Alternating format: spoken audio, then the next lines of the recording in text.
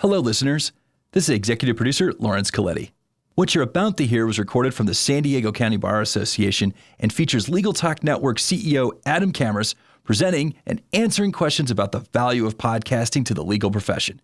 If you're interested in starting your own show or learning more about the industry, you should definitely tune in. We now cut to our program, already in progress.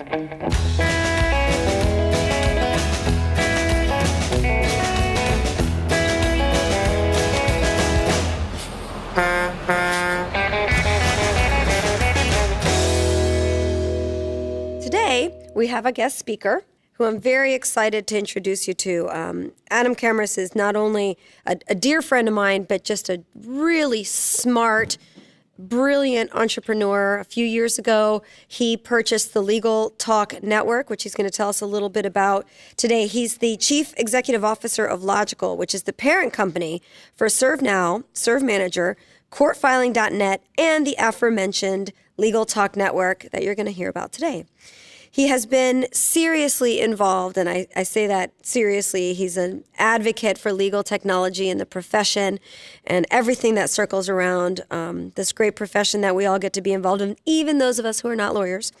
Since 2004, he enjoys learning about the latest technology and trends affecting the profession and the industry. He travels the country for speaking engagements, to attend conferences, and to meet with members of the legal community. You can follow Adam on Twitter at Adam Camras, and that's ADAMCAMRAS. I really, really want to thank Adam and Lawrence, our executive producer, who have actually come into the San Diego County Bar. They give a lot to the bar in kind, and I very, very much appreciate their always being so willing to come and record from here and give live presentations and talk to us about these great topics. So having said all that, I'm going to let Adam take over and tell us everything we need to know about podcasts. Thank you very much, Adriana, for that nice introduction, and always great to be here in sunny, beautiful San Diego, California. I was just talking about, I came down from Los Angeles. Love that drive coming down. It's, to me, one of my favorite spots. San Onofre and Trussell's, and just along the water there, the views are amazing. So today we're going to be talking about podcasts. So I had this weird experience last year where my mom came to me and said, oh, sweetie, I have these podcast recommendations for you. And she knows what I do. She knows the business that we're in. But I was still a little flipped out because, I was used to the newspaper articles or the magazines and dog-eared or paper-clipped and usually in a manila folder, ready there, waiting upon our next visit so she could share all of these archived articles that she's saved for me. And it was just weird because she came to me with all these show recommendations, which granted she's hip and she's cool and I think that she's on top of it. But it was still odd for me to see and experience. And for those of you that aren't listening to podcasts, best way to envision, and you've got this example right here on the screen, it's on-demand radio. And it's when you want it, what you want, and it's all sitting there right there in that supercomputer that you have sitting in your purse or in your pocket, or for some of you here, right here on the table in front of you. Hopefully you're not updating your Facebook status or playing Candy Crush or doing any of those things right now, but feel free to if this gets too boring for you. And we call this the 15-year overnight success, which is, it's a medium that's been around for a long time, but it's been slow to evolve and embrace. And there still are some challenges. It's not as simple as just jumping in your car, on your way here today or however you got here, or asking your Uber driver to, turn up that NPR station or that music that they're listening to. You still have to do a little bit of work to get the shows that you want, but the access is incredible.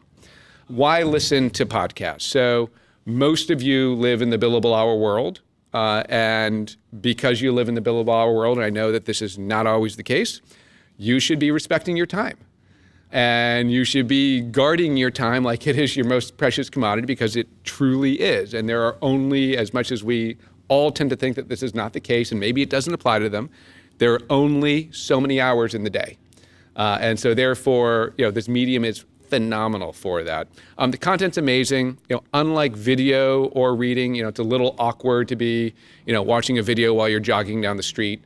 or I know some of you do it, while you're driving down the 5 or the or the 15 as you're coming into to the office. But unlike reading or video, you can do it while you're doing other things. So a lot of the consumption happens, and this is on-demand audio.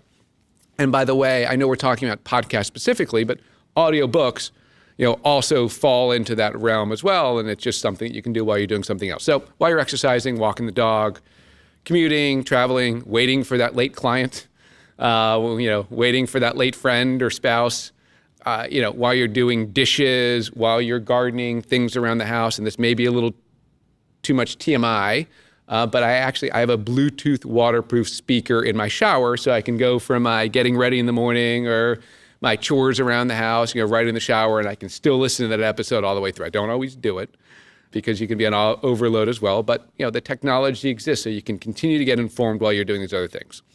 And because of this supercomputer that I'm carrying around that all of you probably have, I always have access to entertainment and education. It's always with me. So when I want it, I have it, and I can turn it on whenever I want it. And personally, obviously, I'm immensely biased because of the business that we're in, but I feel my life has changed for the better, and I learn a ton. So there are 660,000 podcasts, and that number is growing. So even if you wanted to listen to every single one of them, it would be physically impossible. But with that size of shows that are out there, pretty confident that if we went around the room, you could tell me something about your hobby and a passion or something you like outside of lawyering or practicing law or running a business or running a firm. I assure you that we could find something that is relevant and related to a topic or hobby or some other interest. There are some of the most abstract topics that have been brought into podcasts that are out there. And if not, it actually could play into the later segment where we talk about creating your own show. It's also, from a medium perspective, because it is so engaging, it's creating what are called driveway moments. And for those of you that listen to podcasts, some of you have short commutes, some of you have long commutes, but these driveway moments are the show, and the content is so engaging and so good that you're literally standing outside your front door or in your driveway because you want to hear, what comes next, and the pauses and the next thing that's going to come out in that story. And so, that's the power of this medium. And some of that power and the pure components of that is because a lot of consumption happens via headphone and earbud. And if you think about when you have earbuds in your ears and the sound that's coming through there, you cannot physically get closer to someone's brain than when you are inside their head. And so, just like with a book, when it's audio, the story that you're creating in your mind is going to be the most powerful one, as opposed to a TV show or movie where, don't get me wrong, there are some incredible storytellers out there and they tell a great story, but no story is going to be as powerful as the one that you're building and creating in the visual in your head. And so that's one of the reasons, why this medium is so engaging. So let's look at some of the data. And this is pretty interesting to see, but 51% of the U.S. population has listened to a podcast in the past.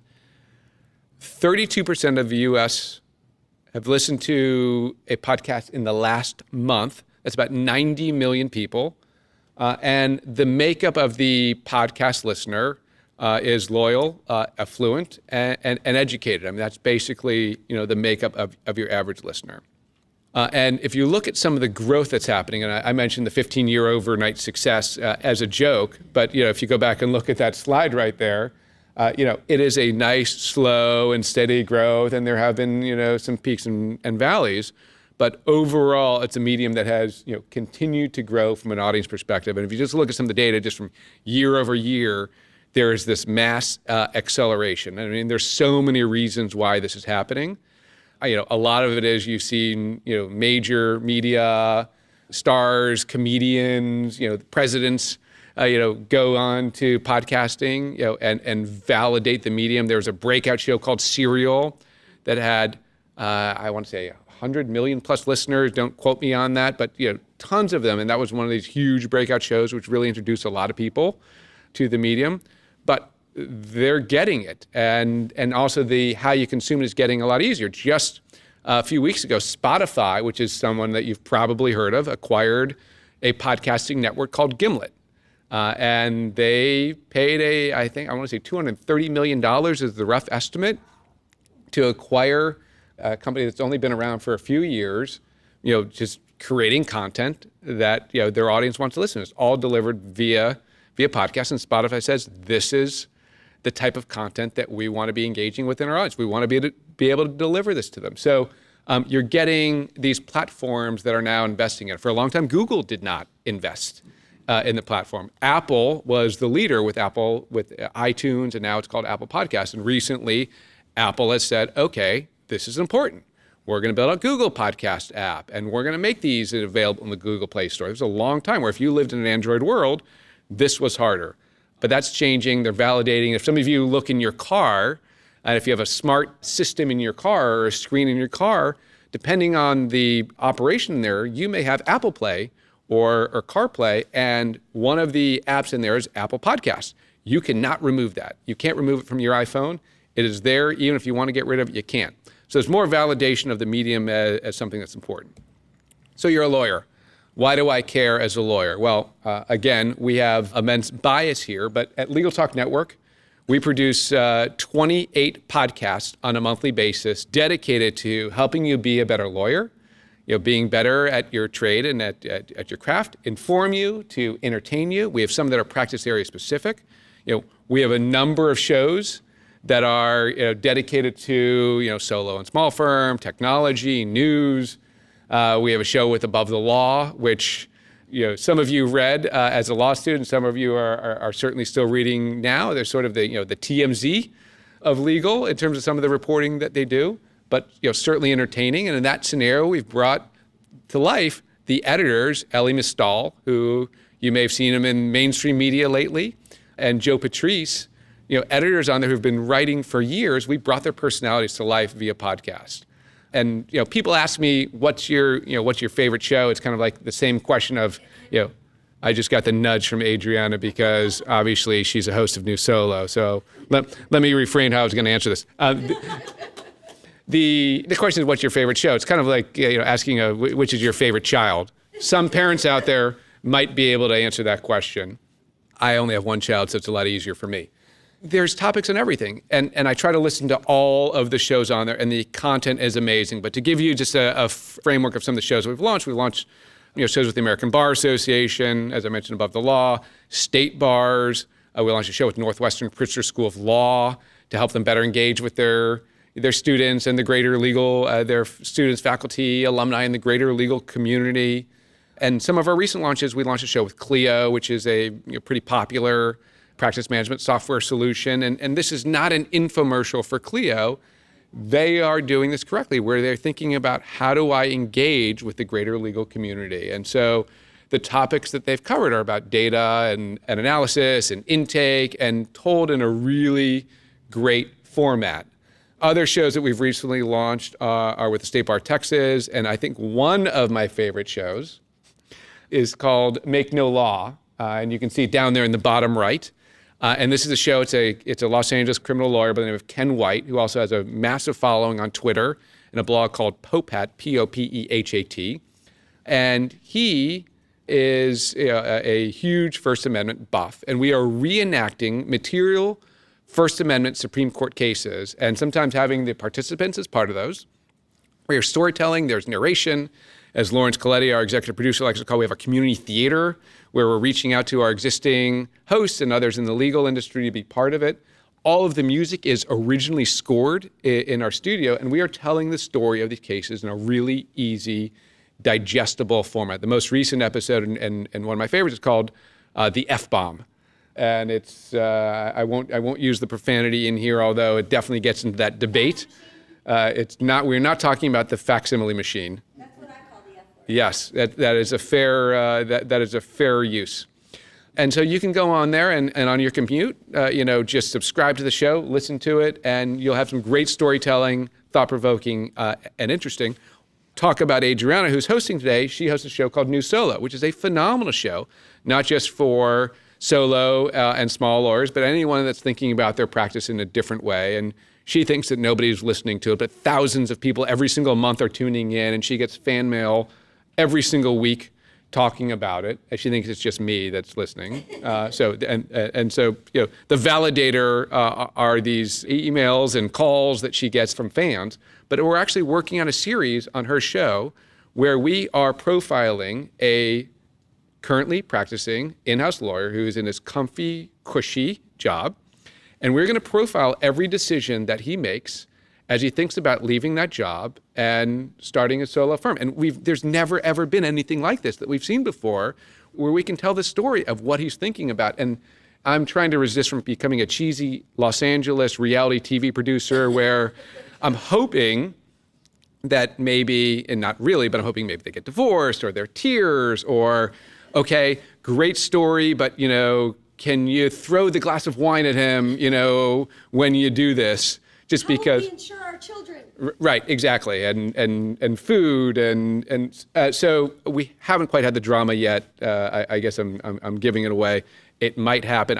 Unlikely to happen, but we are giving those the framework that are thinking about going solo or revisiting their small firm, about some of the tools that will be really, really helpful to them. So I'm lucky enough to host this podcast that these guys produce, but I just wanted to say, if you're thinking about a podcast for yourself as a way to market your law practice, you will be amazed at the feedback that people will give you when you provide good content. They actually take the time to email me or find me on LinkedIn literally every week, and it's probably the only reason I keep doing the podcast is because I get so much positive feedback. I don't get paid. I don't really get that much business from it, but it has been so rewarding to share. And it's not me, it's the guests that come on and share this valuable feedback about how they're making their law firms more efficient. So it really can be a great way to get your firm, your practice, your specialty, whatever it is you're doing out there. I'm sure you're going to share with us how to produce that in a way where people will actually be able to find it and hear it, which is the hard part. But anyway, I just wanted to encourage you, if it's something you've been thinking about doing, I think it's something you can do fairly easily. Adam will tell us, but it really is very rewarding. I'm actually going to talk most of you out of trying to do this on your own, but I will get to that. So believe it or not, with 28 shows in the network that we have to listen to, and I'm one of those odd ones. I live in Los Angeles, but I have a very, very short commute, and I was just joking that I either need to move my home or my office for a longer commute because there's more podcasts that I want to listen to. So there are some shows that are outside of legal that I really enjoy as well. And if you're not listening to podcasts, one of these, and you haven't listened to Serial already, which is the great starter that grabs a lot of people in. But to me, these are the ones that I love to listen to. And one of the show that I refer the most is called Startup, up there on the left. And if you're going to listen to this is actually about that company that just got acquired for $230 million. I guess I'm giving away the end of it, although you've got many series on that show. But you got to go all the way back to the beginning. And the first episode is called How Not to Pitch a Billionaire.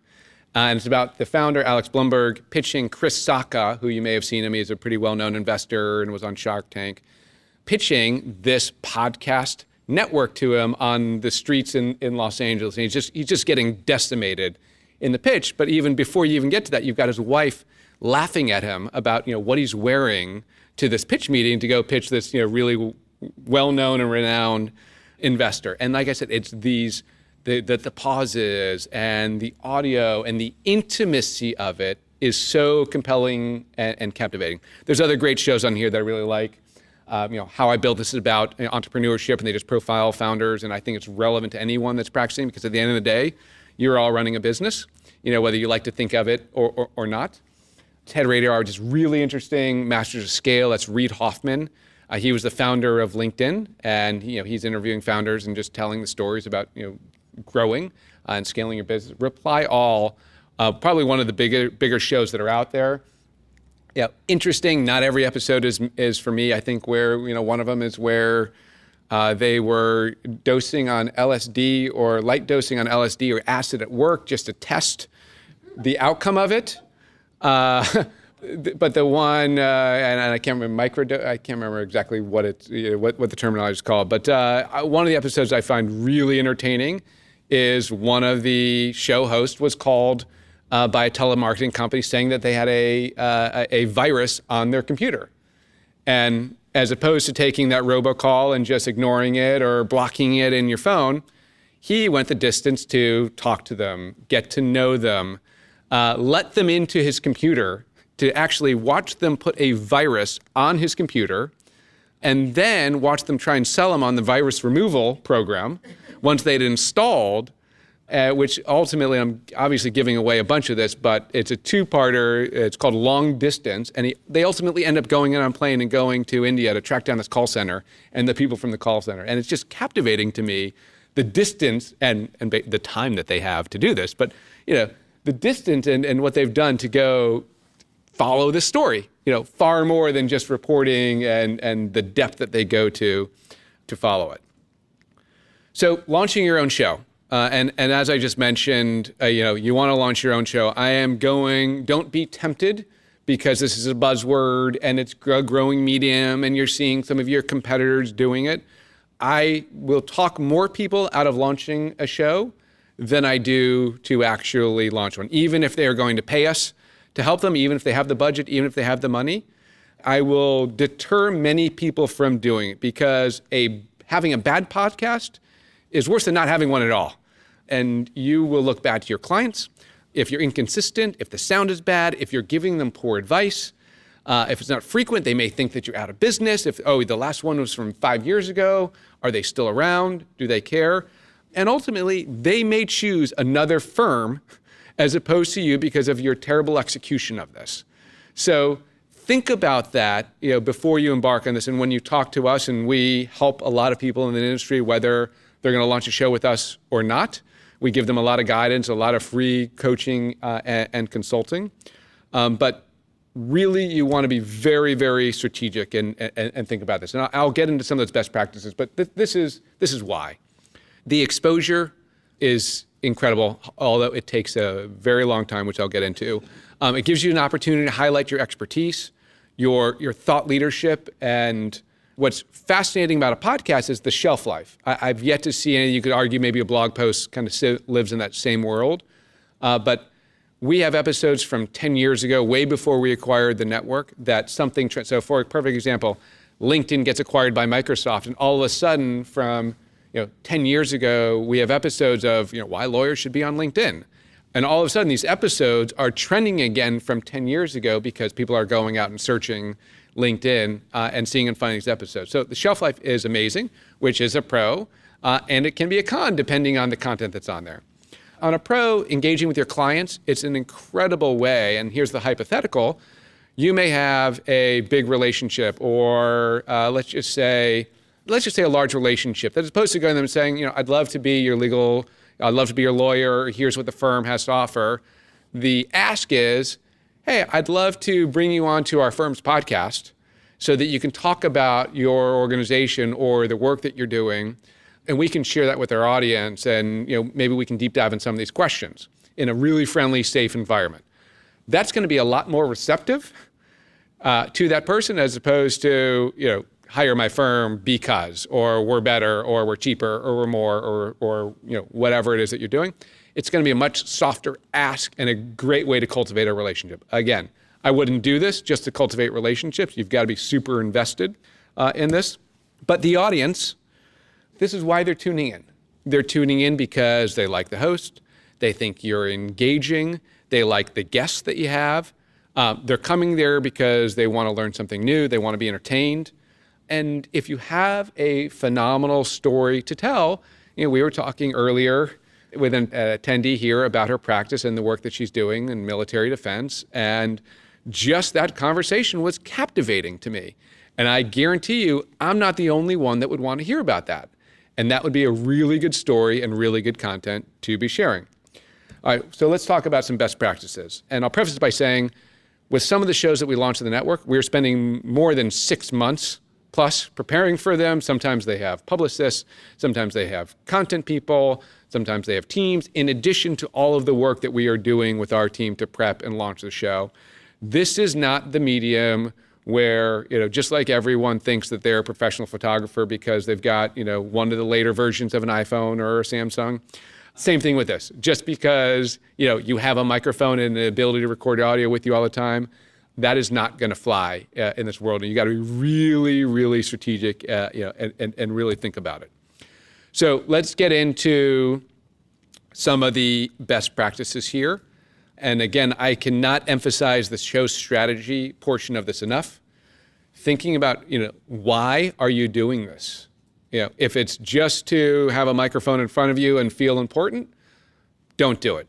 If you're just trying to get clients, don't do it. You have to have a big purpose. This is a medium that is expected to have authenticity. And, in the earlier days, you could, wing it a little bit more, but there's this notion, this new term I just heard called earfluence. And back to those hours in the day or that commute, there's 660,000 other podcasts that are vying for their attention. How are you going to stand out from them? You've got to give them something good, and you've got to be strategic and really think about your expertise. And your expertise may just be in getting people to talk about their expertise, which is totally reasonable if you got the right people there.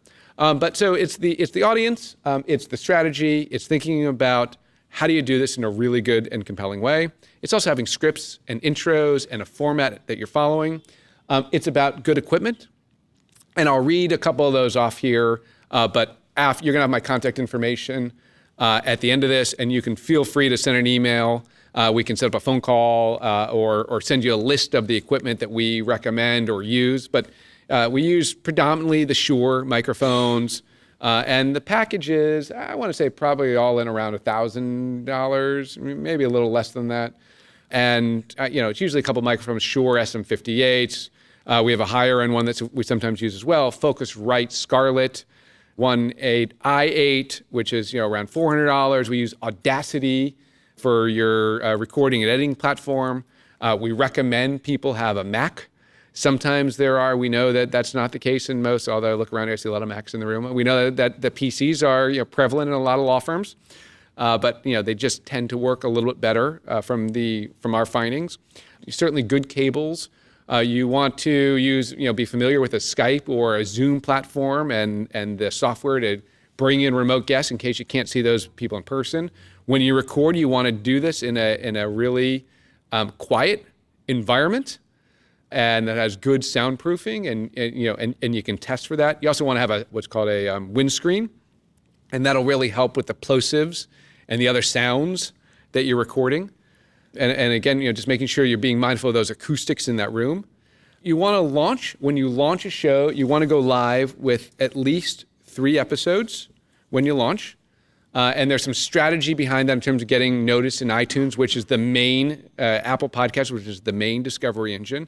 And you want to have at least, and the industry term is in the can, episodes in the can. I don't like that term. I like in the archive or, backup. You want to have at least a number of these episodes there so that you can be consistent when you launch, at the very least on a monthly basis. You want to make sure it sounds good. And we've seen large organizations with unlimited budgets and multi-million-dollar studios fail because they aren't being strategic, they aren't thinking about this, they aren't being consistent. So it certainly is very easy to fail, and even big organizations are failing at this. You want to practice with a friend and do a run and just in a fun, safe environment so that you've got a little bit of experience before you actually do your first live one. And then we like to call this guest bait. We're right off the San Diego Bay here. Some of you may fish, some of you may just eat fish. Although, how do you catch a big fish? With big bait.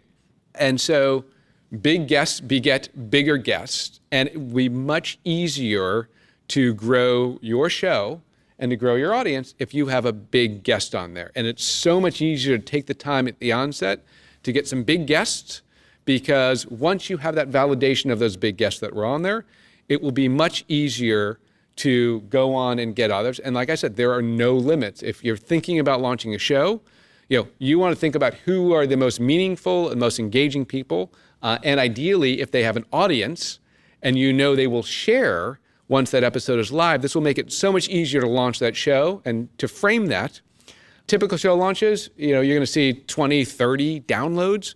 When we launch a show at Legal Talk Network, we go live with thousands of downloads. And one is, and Adriana didn't mention this, we have over 250,000 unique downloads on a monthly basis on our network. That's in a world, and it's growing every single month. That's in a world of 1.3 million lawyers. And our bullseye is 50% of the US legal market tuning in on a monthly basis. That's every single thing that we think about at Legal Talk Network is getting to that scale and reach. It's very, very hard to build an audience in this medium. So this is a long game. It takes a long time. You, chances are, will have a very small audience when you launch, unless you launch that show with us, because like I said, we will bring that audience to you. But that guest will help. If you have a social media following, that will help already. And there are a bunch of tools. Chances are there's a chance you may not be using Twitter or Facebook regularly for your practice, but you're probably using LinkedIn. And if you're thinking about launching a show, start cultivating those relationships early on and start trying to build that following so that you have a syndication platform when the episodes are ready and the show's ready to launch and you have people that are willing to help you share it. But those guests, if you got the right guests, they'll definitely help you do it. And as far as, I don't have slides on this, there's an entire strategy regarding the marketing machine and engine behind this. I could talk for hours on it. But it's just thinking about every single medium you can for once that episode's live, whether it's writing about it, sharing it, sending it, emailing it, finding the relevant people that were a part of it and asking them to share it. And this is ongoing. This never ends. This is not like not like a trial where once you're done you can rest and relax. This show goes on, and you're always looking for better ways to engage and to get more listeners. All right, so on to the next, which is getting booked as a guest. And maybe I've talked you out of launching your own show, or maybe you're here to learn about podcasts and how to get more exposure for your firm and your expertise and your practice area. And I'm sure I'm not the only one that feels this way, but in my opinion, the most successful lawyers are and the ones that are making the most money are not always the best lawyers. Right? They aren't always the most experienced. They aren't the ones that have done the most wills or trust or handled the most divorces. They aren't necessarily the ones that have had the most trials. There's this notion of the 10,000 hours to becoming an expert. They may not have had that. However, they are the good marketers. They are the ones that are getting out there and getting good media and getting themselves included in the narrative and included in the conversation. Maybe they're buying some of that. Maybe that's the billboard that you're seeing along the highway. But they are putting in the time somehow. And I call this notion, the book is the new business card, because now everybody can self-publish a book. And I'm sure when you go to presentations, you hear that, here's their illustrious bio and the author of. Anybody can go home today and publish a book. So it's not that big of a deal. But these are all validating factors and thought leadership exercises and validating your expertise. And that gets you more speaking opportunities, that gets you more media exposure, that gets and brands you as the expert. So this is why you want to be participating in these kinds of things, because this is just one more checkbox of, and as we look at Legal Talk Network and the guests, we've had incredible guests on the network. And all of those guests have, for the most part, been pre-screened and vetted as somebody that's an expertise, because if we or one of our hosts are asking them to speak on a subject, there is some reason why they think that they are an expert to talk on this. Every once in a while, we get in a jam and we get desperate and we've got a deadline, but where we take the best person that we get, but most of the time it's very strategic about finding somebody that is the right fit for that episode. And also, if you think about within your firms and your practice, think about who are getting the most referrals. Those are probably also the people that are getting their brands out there. Yes, they're probably coming down to the bar and networking, and they probably have a very, very specific, explainable practice area. They're not the, what they call the door lawyers, that everything that comes in my door I take. They have a very, very specific area, because it's so much easier to refer work to that person that has a specific practice. And these are the ones that are getting out there, and you're seeing more of them. And to reiterate, they are not necessarily the best lawyers. And I'm sure from the nods I'm seeing here in the audience, sometimes that's an overstatement. So we get a lot of pitches every single day. about wanting to be a guest on the network. And here's an example of what a really bad one looks like. And we've redacted some of the information on there. We redacted the cover of the book. But this was the email that we got. It was sent to me and one of our hosts. It just says, "Podcast my new book, ? And then there was a little picture. Sent on the run, so apologize for typos and brevity, which, by the way, I love that because it gets you out of sending a proofread email. I mean, you should put that in all of your email communication, even on your computer. But and then there's a picture of the book. And we've had lots of really, really bad pitches. This is one that recently caught our attention of, clearly somebody that doesn't want to invest the time to really think through this. The bad ones that we get, and this is not just podcasts, this is also just traditional media, the local, San Diego Union Tribune and legal media and the news channels. They also want the same things that we're going to go over now. And if you can I guess I'll give the challenge after, but the ones that we get they're usually long, they're irrelevant, they're a sales pitch or an infomercial, which nobody's going to pick that up. They're impersonal. Sometimes we just get blank press releases that are also really long, which again we have to figure out what the ask is and what it is that they really want to talk about there. And then we even get stuff that's totally untargeted, that's not even legal related. Which we have a podcast network that is just for legal professionals. And if you're sending us something outside of that vein, you're just wasting your time. There's no point. On the flip side, and I will read this to you just so that in case you can't see it in the back. But my name is, and again, this is redacted. I am co-author of the New York Times bestseller, blah, blah, blah, as well as co-founder of, training program that has worked with law firms throughout the country. Here are some of the law firms we've worked with to help attorneys develop the skill of resilience. I also happen to live, they took the time to look up and see where we are. So I didn't explain this. We're headquartered in Denver, Colorado, office in Los Angeles, where I'm located, a number of folks scattered throughout the country. Took the time to look and see, I'm actually not far from your Denver office. I'm reaching out. Here's the reason why, to be a guest. A big fan. Flattery is great. Could have a fascinating conversation about, you can see the line on there. I have extensive experience with interview. They can show that they've done this before. They gave us some examples of podcasts that they've been on. And then here is a really attractive thing, is I also have a community of around 5,000 followers on LinkedIn and can share our episode after, as well as in my organization's social media channels. So here is somebody that is thinking through what we're looking for, very, very specific. This is the kind of pitch that gets the attention. And I presume you guys will all have access to these slides as well so that you can get them. But we're looking for short, concise, obviously got to be relevant, cites their recent media exposure if they haven't. Even if they don't have, even if the media is new to you, you've probably written something or done something of relevance that you can share that can validate your expertise on this topic that you want to talk about. Identify the specific topics that you want to talk about and leave your contact information, make it very easy to follow up with you. Your willingness to share and on your blog, on your website, and social media. And if you don't have any of that in LinkedIn, chances are you have that. And if you don't have it, you can build that pretty easily, just with the fellow members of the SDCBA. And the one miss on here is they miss mentioning specifically which show that they wanted to be a part of, which makes it a little bit hard on us. I mean, we can read through the lines and we know what would be a fit for them, but that's the only real miss on there is, this is the show. And as I get into these tips to get booked, and again, this applies to any traditional media. So here locally, if you want to start getting more coverage for the work that you're doing, don't wait until you have that newsworthy moment or that press release or that new launch or that big trial. Start cultivating those relationships early and do it in a very nice and professional way. A great way is to start following them on social media, comment and share their work so that they've at least seen your name in advance, and connect with them on LinkedIn.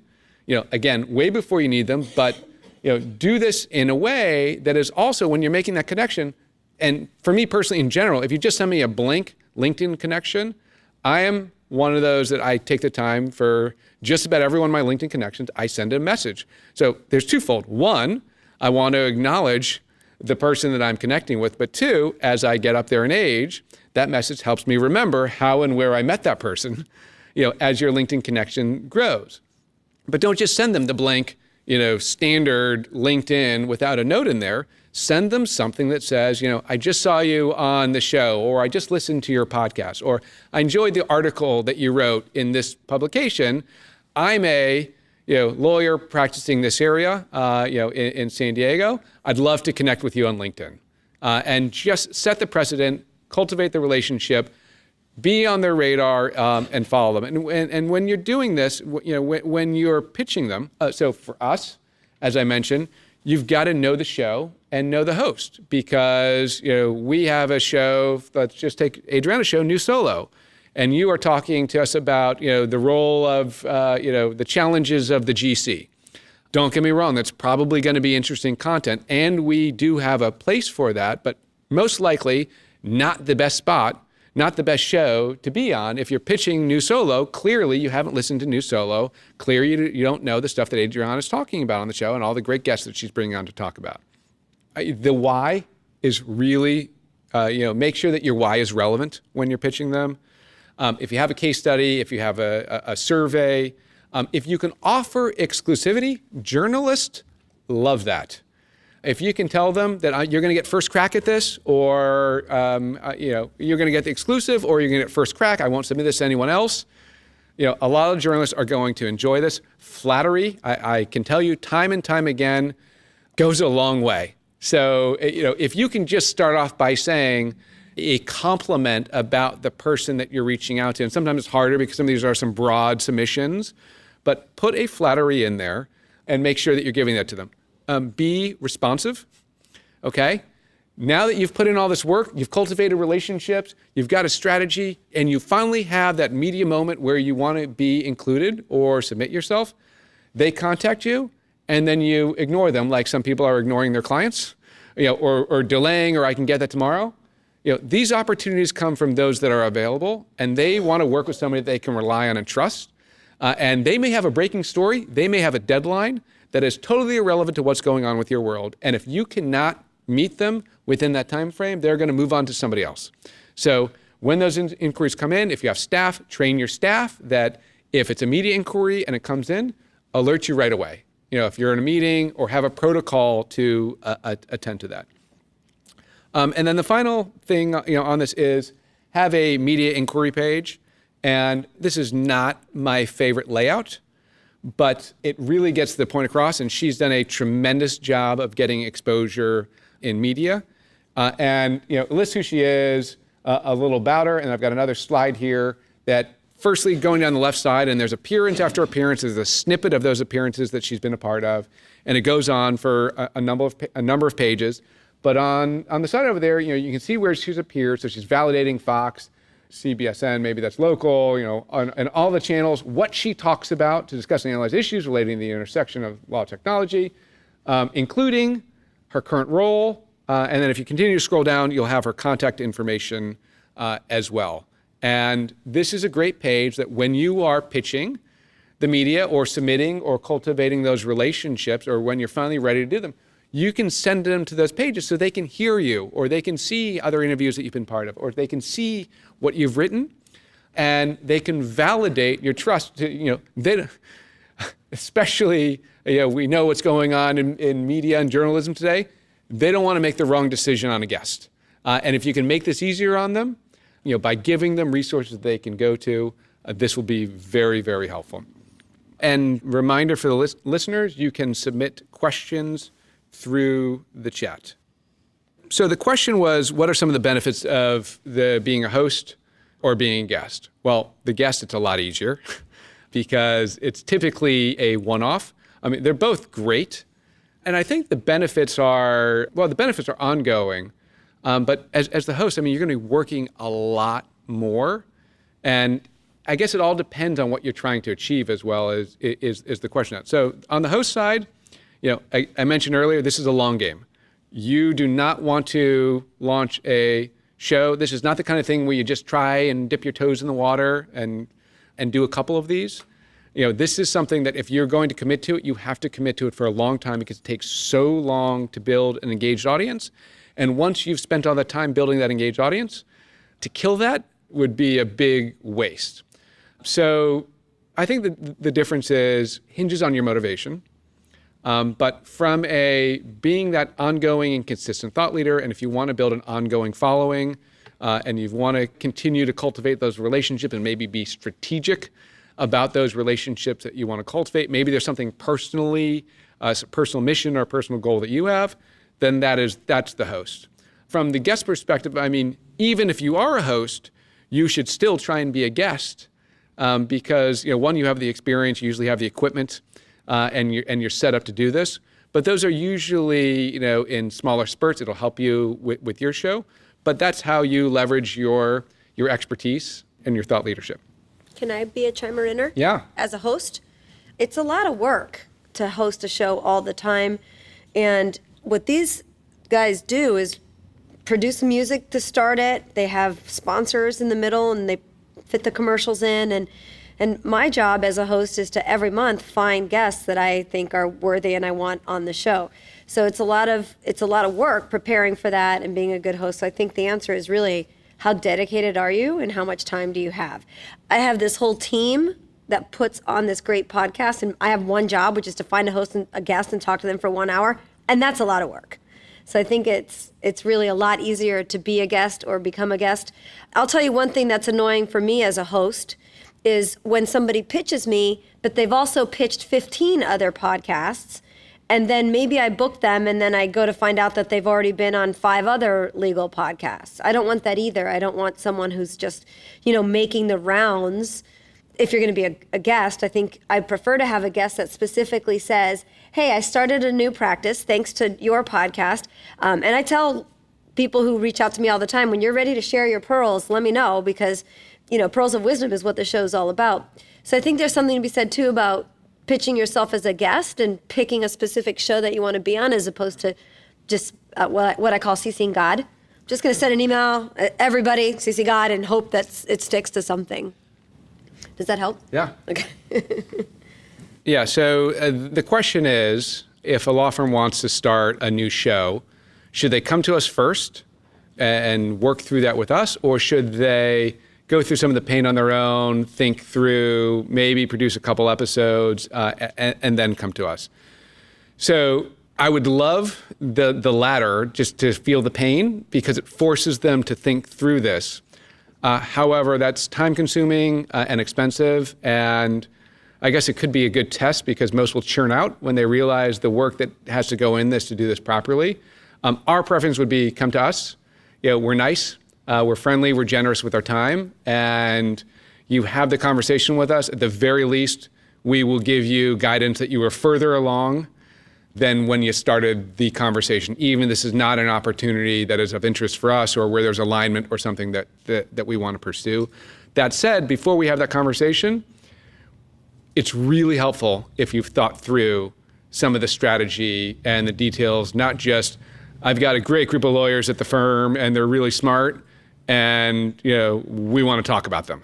So it looks like there's a question that came in with regards to, are there benefits to using Patreon or another platform? And for those of you that don't know, that's a platform where you can put a snippet of code on your site and reference it, and then people can donate to your show to support it. So are there benefits to using Patreon, another platform where listeners can support with a small contribution monthly, versus having advertising?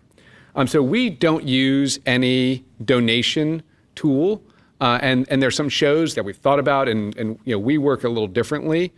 I think you can try both and experiment. For both of them, unless it's going to be your close friends and your family members, making those donations at the beginning, you're not going to be giving value to a sponsor, and you're not going to be giving enough value to an audience until you build an engaged audience to make any sort of money. And if you're thinking about this as a revenue stream, there certainly are people that are making significant revenue from podcasting. However, it takes a lot of time. Chances are some of those people already have a big following in another facet or segment of their world.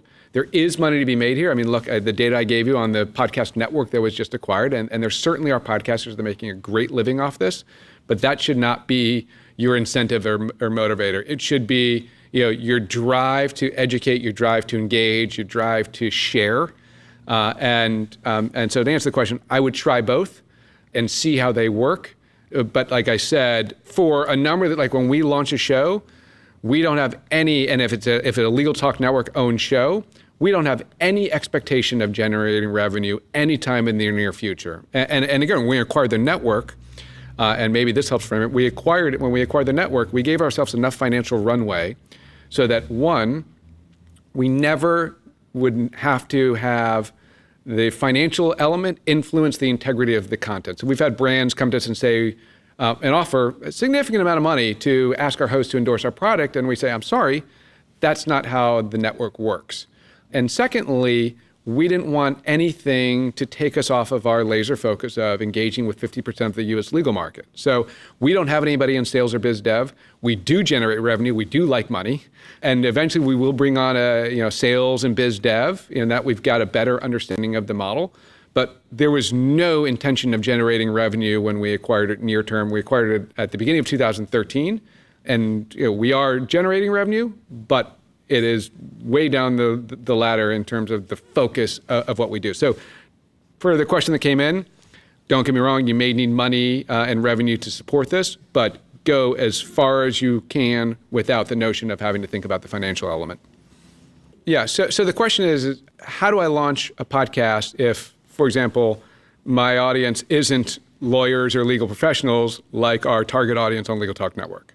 And by the way, that's just about our entire audience. We have, like Make No Law, the show I told you about in the beginning, it's geared towards lawyers, but it's also super interesting to those that are just interested in the Supreme Court and First Amendment, and anybody can listen to that. Now, we certainly have shows that if you're a non-lawyer, you're not going to want to listen to the show. It's just, I can save you the time. And then Lawyer to Lawyer, which is our flagship show, it is one of the longest running podcasts in the history of podcasts, let alone the longest running legal podcast. And we're covering a lot of the relevant news events that are happening every single day and just providing some legal analysis on that show. So, we do have a little bit more mainstream on some of the shows. But to answer your question, there are other podcast networks out there.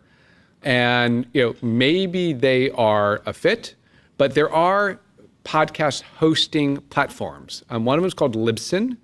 Another, that's Lybsin. Another one's called Blueberry. Yeah. Blueberry without the E. That's assuming that I know how to spell the regular way of blueberry. And Spreaker, Anchor is another one.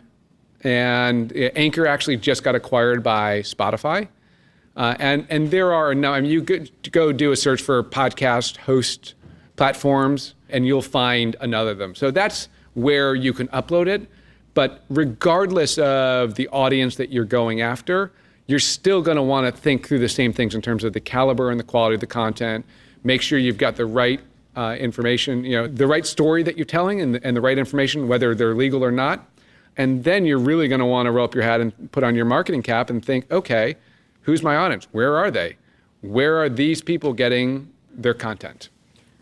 I have a question for you, sort of an idea. So let's say I'm a solo practitioner and I have maybe a list of frequently asked questions that clients ask me all the time, and I'm looking for a way to capture that either in audio to put on my website or maybe a simple YouTube page. Because I think a lot of times what we think will be a good podcast might actually be better as a YouTube video that you put on your website and you capture questions and answers.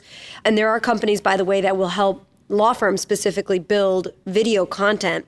But my question is, if I just wanted to, instead of having a full-blown podcast, but I really just wanted to record and be able to publish on my website frequently asked questions, is that something that I would need a whole podcasting platform for? Or could I just use something like a GoToMeeting or a Camtasia? Or if I'm a Mac user, can I use GarageBand, capture that audio, package it, and then just put it on my website pretty easily? In that scenario, and by the way, when we release a podcast episode, it goes out over as many channels as possible. So certainly within Apple and Google and Stitcher and SoundCloud and Spotify, but even we have Alexa skills. And hopefully no one's listening to this on speaker right now and you have your Alexa in the background. But if you say, Alexa, play the new solo podcast, Adriana's podcast will start playing in Alexa. And pretty much anywhere where podcasts are played, we want to make sure that they are found there, including YouTube. So we put the audio file into a YouTube player because YouTube obviously has a billions of listeners or viewers, users. And so that's a platform where we want our episodes to be discovered. Sometimes they get a few plays, sometimes they get hundreds, and sometimes over time there are thousands, to those individual episodes. So to answer that question, I would probably say, and if it's FAQ, I mean, that's a really strong engagement opportunity. I would probably in that scenario lean towards video, because if they're asking very specific questions or answering very specific FAQs about that firm or about that practice area, audio, obviously, as I've told you, is super powerful, but this seems more like a video use. And if you still don't want to do it, yes, you could, do your best with a $100 mic and plug that into GarageBand and record the audio and upload that into YouTube. Although people are going there, chances are they're going to be expecting the video, and you should give them the video because that will give your prospective clients a better view of who they'd be working with, in my opinion. I'm going to end the formal portion of this program. Thank everyone so much for joining us today. Really appreciate it. And again, I cannot thank Adam and Lawrence enough for volunteering their time to come down here. This will become a podcast episode, by the way, on the Legal Talk Network. And I will also share the recording with everyone who's online and in the room. Really appreciate everyone coming and hope to see you next week. We've got Renee Stackhouse, who's sitting right here, one of the SJCBA rock stars, talking to us about how to use social media to attract new clients and engage existing clients. So we hope to see you next week, except Adam has one more thing. Yeah, I always like to end with a quote. And I skipped over my contact information. And this is not my quote. This should be a person who dares to waste 1 hour of time has not discovered the value of life. And that's what this is all about. This is all about respecting your time and finding ways to optimize it. Here's my contact information. If you have any questions or want to set up a call, or again, we make ourselves very, very available. Very true. Adam is one of those people that's very giving with his time and his expertise. And please reach out to any and all of us. And again, thank you so much for coming. We hope you enjoyed this program recorded in conjunction with and from the San Diego County Bar Association. If you like what you heard today, please subscribe, rate and review us in Apple Podcasts, Google Podcasts, or better yet, your favorite podcasting app. Until next time, I'm Lawrence Coletti. Thank you for listening. If you'd like more information about what you've heard today, please visit LegalTalkNetwork.com. Subscribe via iTunes and RSS. Find us on Twitter and Facebook, or download our free Legal Talk Network app in Google Play and iTunes. The views expressed by the participants of this program are their own and do not represent the views of, nor are they endorsed by, Legal Talk Network, its officers, directors, employees, agents, representatives, shareholders, and subsidiaries. None of the content should be considered legal advice. As always, consult a lawyer.